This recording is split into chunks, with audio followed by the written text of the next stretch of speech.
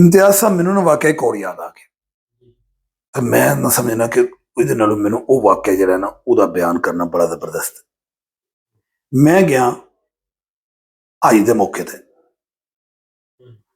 ਤੇ ਮੈਂ ਨਾ ਅੱਜ ਦੇ ਮੌਕੇ ਤੇ ਗਿਆ ਨਾ ਹਰਮ ਚ ਤੇ ਬਾਬੇ ਫਾਦ ਦੇ ਕੋਲ ਨਾ ਫਿਆਜ਼ ਸਾਹਿਬ ਮੈਂ ਪਹਿਲੀ ਵਾਰ ਤੱਕਿਆ ਅੰਦਰ ਨਾ ਸਕਰੀਨਾਂ ਲੱਗੀਆਂ ਟੀਵੀ ਬੜੀ ਬੜੀ ਸਕਰੀਨਾਂ ਲਾਈਆਂ ਨੇ ਤੇ ਮੈਂ ਕਿਹਾ ਅਸਤਗਫੁਰੁल्लाह ਤੋਂ ਕੋਈ ਇਹਨਾਂ ਨੇ ਫਲਾਣਿਆਂ ਟੀਂਗਿਆਂ ਨੇ ਟੀਵੀ ਲਾ ਛੋੜੇ ਨੇ ਉਹ ਵੀ ਕਿੱਥੇ ਬਾਬੇ ਫਾਦ ਦੀਆਂ ਸੀੜੀਆਂ ਕੋਲ ਜਿਹਦੇ ਤੁਸੀਂ ਅੰਦਰ ਹਰਮ ਦੇ ਦਾਖਲ ਹੁੰਦੇ ਹੋ ਤੇ ਕਾਊਂਟਰ ਲੱਗੇ ਆ ਬਾਹਰ ਤੇ ਅਰਬੀ ਖਲੋਤੇ ਤੇ ਟੀਵੀ ਲੱਗੇ ਜਨਾਬ ਦੀਵਾਰ ਨਾਲ ਤੇ ਮੈਂ ਤਾਂ ਕਈ ਨਾ ਕੀ ਸ਼ੁਰੂ ਕੀਤਾ ਕਿ ਸਿਕਿਉਰਟੀ ਵਾਲੇ ਕੈਮਰੇ ਕੇ ਤੇ ਮੈਂ ਤਾਂ ਕਿਹਾ ਉਹਦੇ ਉੱਪਰ ਨਾ ਉਹਨਾਂ ਨੇ ਤਵੀਤ ਪੰਜੇ ਤੇ ਛੱਲੇ ਧਾਗੇ ਉਹ ਚੱਲ ਰਹੇ ਨੇ ਤੇ ਲਿਖੇ ਆ ਵੀ ਇਹ ਜਿਹੜਾ ਨਾ ਇਹ ਸ਼ਿਰਕ ਹੈ, ਇਹ ਗਲਤ ਹੈ। ਤੇ ਸਾਹਮਣੇ ਸ਼ੀਸ਼ੇ ਦੇ ਵੱਡੇ ਵੱਡੇ ਮਰਤਬਾਨ ਪਏ ਤੇ ਉਹਨਾਂ ਵਿੱਚ ਵੀ ਉਹਨਾਂ ਨੇ ਉਹ ਚੀਜ਼ਾਂ ਰੱਖੀਆਂ ਤੇ ਅਰਬੀ ਚ ਮਤਵੇ 4-5 ਖਲੋਤੇ ਤੇ ਮੈਂ ਉਹ ਤੱਕਣ ਲੱਗ ਪਿਆ ਤੇ ਹਰ ਜ਼ਬਾਨ ਦੇ ਵਿੱਚ ਨਾ ਉਹਨਾਂ ਬੰਗਾਲੀ ਵਿੱਚ ਵੀ ਹਿੰਦੀ ਵਿੱਚ ਵੀ ਤੇ ਉਰਦੂ ਚ ਵੀ ਉਹਨਾਂ ਲਿਖੇ ਸਨ ਸਾਰੇ। ਤੇ ਮੈਂ ਖਲੋ ਕੇ ਤੱਕਾਂ ਪਿਆ ਤੇ ਮੇਰੇ ਕੋਲ ਇੱਕ ਬੰਦਾ ਪਾਕਿਸਤਾਨੀ ਉਹਦੀ ਬੀਵੀ ਤੇ ਉਹਦਾ ਬੱਚਾ ਉਹ ਵੀ ਖਲੋ ਕੇ ਤੱਕਣ ਪਿਆ ਤੇ ਉਹ ਬੰਦਾ ਮੇਰਾ ਮੂੰਹ ਕਰ ਕਹਿੰਦਾ ਭਾਜੀ ਮੈਂ ਇਹਨਾਂ ਨੂੰ ਕੋਈ ਸਵਾਲ ਕਰ ਸਕਣਾ? ਮੈਂ ਕਿਉਂ ਨਹੀਂ ਕਰ ਸਕਦਾ, ਇਹਦੇ 4-5 ਖਲੋਤੇ ਨਾ ਇਹਨਾਂ 4-5 ਨੂੰ ਇੱਕ ਚ ਨੂੰ ਸਾਡੀ ਜ਼ਬਾਨ ਆਉਂਦੀ ਹੋਵੇਗੀ ਕਿਉਂਕਿ ਮੈਂ ਸੁਬਹ ਜਨਰਲ ਤੋਂ ਕੀ ਗਿਆ ਨਾ ਉੱਥੇ ਤੇ ਉਹ ਖਲੋਤੇ ਹੁੰਦੇ ਨੇ ਤੇ ਉਹ ਤੁਹਾਡੀ ਜ਼ਬਾਨ ਜਵਾਬ ਦਿੰਦੇ ਨੇ ਤੁਹਾਡੀ ਗੱਲਾਂ ਦਾ।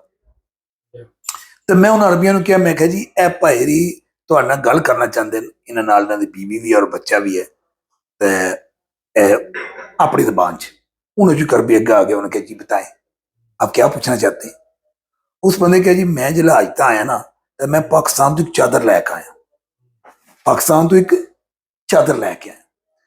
वो चादर जी है ना उसका मैं इस्तेमाल मिनाद भी किया और मैदान अरफात भी मैं वो चादर पा के उसके उपर खुतबा सुने और मजलफा भी मैं वो चादर जी रात नू इस्तेमाल की है। गत्ता कि मैं नमाजा भी ज्यादा कोशिश करता, मैं मेरी बीवी और मेरा बच्चा छोटा असी उस चादर भी पढ़ते रहे। फिर उस तो बाद असा इनू मसा किया वै आरम दे नाल ते फिर असा ने इनू आपे जमदम नाल धोता भी है ते इस चादर नू लैके असी उपर गारे रात भी गए सा ते जिथे भी असी रहे ना ये चादर साडे नाल गई है।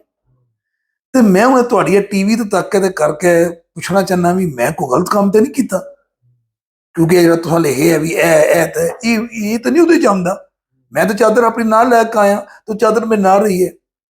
क्या खूबसूरत जवाब दिता उस मतबे ने, अल्लाह ताला उहदी सेहत करे और मैनू भी उथों हिदायत मिली।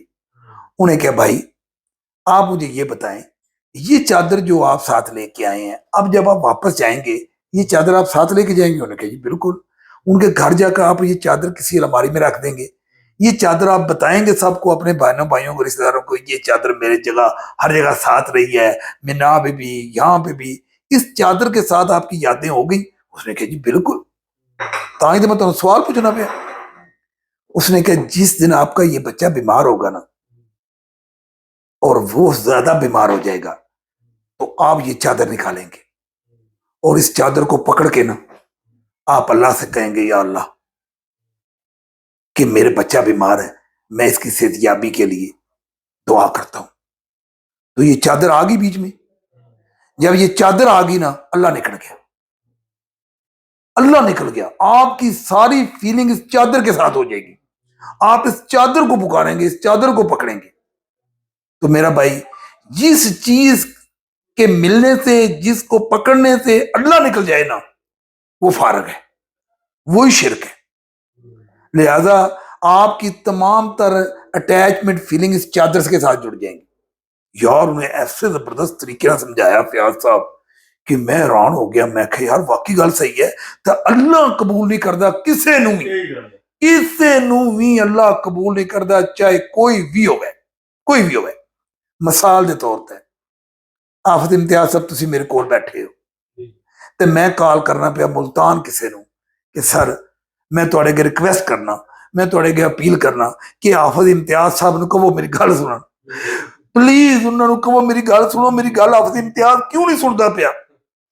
ते एक फयाज साहब बैठे ने वो कहंदे ने अल्लाह दिया बंदिया ए बैठे आफत इम्तियाज तेनू मुल्तान फोन करने की क्या लोड़ है, आफत इम्तियाज नाल गल करना। ਮੈਂ ਕਿਹਾ ਨਹੀਂ, ਆਫਤ ਇਮਤਿਆਜ਼ ਮੇਰੀ ਨਹੀਂ ਸੁਣਦਾ, ਇਹ ਉਹਦੀ ਸੁਣੇਗਾ।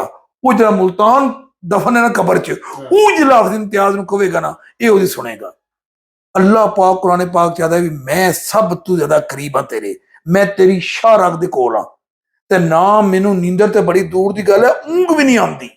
ਤੇ ਜਿਹੜਾ ਤੁਸੀਂ ਕਿਸੇ ਨੂੰ ਪੁਕਾਰਦੇ ਹੋ ਨਾ, ਵਿੱਚ ਵਸੀਲਾ ਪਾਕ ਹੈ, ਜਿਹੜਾ ਤੁਸੀਂ ਵਸੀਲਾ ਸਮਝੇ ਹੈ ਕਿ ਉਹ ਮੇਰੀ ਦੁਆ ਬਚਾਏਗਾ, ਉਹ ਮੇਰੀ ਗੱਲ ਕਰੇਗਾ, ਇਹ ਗੱਲ ਅੱਲਾਹ ਨੂੰ ਕਦੇ ਵੀ ਅੱਛੀ ਨਹੀਂ ਲੱਗੀ। ਕੋਈ ਵੀ ਨਹੀਂ ਹੈ, ਕੋਈ ਵੀ ਹੋਵੇ, ਉਹ ਇਸ ਕੰਮ ਦੇ ਨੇੜੇ ਨਹੀਂ ਆਉਂਦਾ। ਇੱਕ ਹਦੀਸ ਮਿਲਦੀ ਹੈ ਵਸੀਲੇ ਦੇ ਬਾਰੇ ਚ ਬੁਖਾਰੀ ਸ਼ਰੀਫ ਚ, ਉਹ ਜਿਹੜੇ ਬੰਦੇ ਗਾਰ ਚ ਫਸ ਗਏ, 3 ਬੰਦਿਆਂ, ਉਹਨਾਂ 3 ਬੰਦਿਆਂ ਨੇ ਕਿਹਾ ਯਾਰ ਅਸੀਂ ਫਸ ਗਏ ਹਾਂ, ਤੂਫਾਨ ਆਇਆ, ਕੀ ਕਰੀਏ? ਤਾਂ ਉਹਨਾਂ ਕਿਹਾ ਵੀ ਅੱਲਾਹ ਅੱਗੇ ਆਪਣਾ ਵਸੀਲਾ ਪੇਸ਼ ਕਰਨੇ, ਅੱਲਾਹ ਅੱਗੇ ਆਪਣਾ ਵਸੀਲਾ ਪੇਸ਼ ਕਰਨੇ ਆ। ਉਹ ਅੱਲਾਹ ਦੇ ਬੰਦੇ ਸਨ, ਬਨੀ ਇਸਰਾਈਲ ਦੇ। ਤਾਂ ਉਹਨਾਂ ਅੱਲਾਹ ਦੇ ਅੱਗੇ ਕੀ ਪੇਸ਼ ਕੀਤਾ? ਪੈਗੰਬਰ ਕੋ ਬਾਬਾ? ਉਹਨਾਂ ਨੇ ਅੱਲਾਹ ਦੇ ਅੱਗੇ ਆਪਣੇ ਉਹ ਕੰਮ ਪੇਸ਼ ਕੀਤੇ ਕਿ ਪਰਵਰਦਿਗਾਰ, ਮੈਂ ਸੱਚਾਈ ਨਾਲ ਤੁਹਾਨੂੰ ਦੱਸਣ ਲਿਆ। ਪਹਿਲਾ ਬੰਦਾ ਆਦਾ ਹੈ ਕਿ ਮੈਨੂੰ ਪੂਰਾ ਮੌਕਾ ਸੀ, ਔਰਤ ਵੀ ਰਜ਼ਾਮੰਦ ਸੀ, ਔਰ ਗੁਨਾਹ ਕਰਦੀ ਮੈਨੂੰ ਕੋਈ ਚੀਜ਼ ਰੁਕਾਵਟ ਨਹੀਂ ਆਉਂਦੀ, ਲੇਕਿਨ ਮੈਨੂੰ ਆਖਰੀ ਲम्हे ਤੇ ਤੇਰਾ ਡਰ ਆ ਗਿਆ ਕਿ ਅੱਲਾਹ ਤੱਕਦਾ ਪਿਆ, ਤੇ ਮਾਲਕ ਕਿ ਮੈਂ ਡਰ ਗਿਆ, ਤੇ ਮੈਂ ਪਿੱਛੇ ਹਟ ਗਿਆ ਉਸ ਕੰਮ ਤੋਂ। ਇਹ ਮੈਂ ਪੇਸ਼ ਕਰਨਾ ਵਾ ਤੇਰੇ ਅੱਗੇ ਆਪਣਾ ਹੁਕਮ। ਤੇ ਦੂਜੇ ਨੇ ਕਿਹਾ ਕੋਈ ਬੰਦਾ ਮੈਂ ਸਫਰ ਤੇ ਗਿਆ, तो अपना माल डंगर दे गया, तो उन्हें कहा मैं 2 महीने बाद आ जाऊंगा। वो कहता ना आया, उदा घर वध गया, माल डंगर वध गया, फसलां वध गई, इतना कुछ वधिया कि बागो बाग हो गया। तो वो आई को ना, बहुत अरसे बाद आया, तो उन्हें कहा यार भी मैं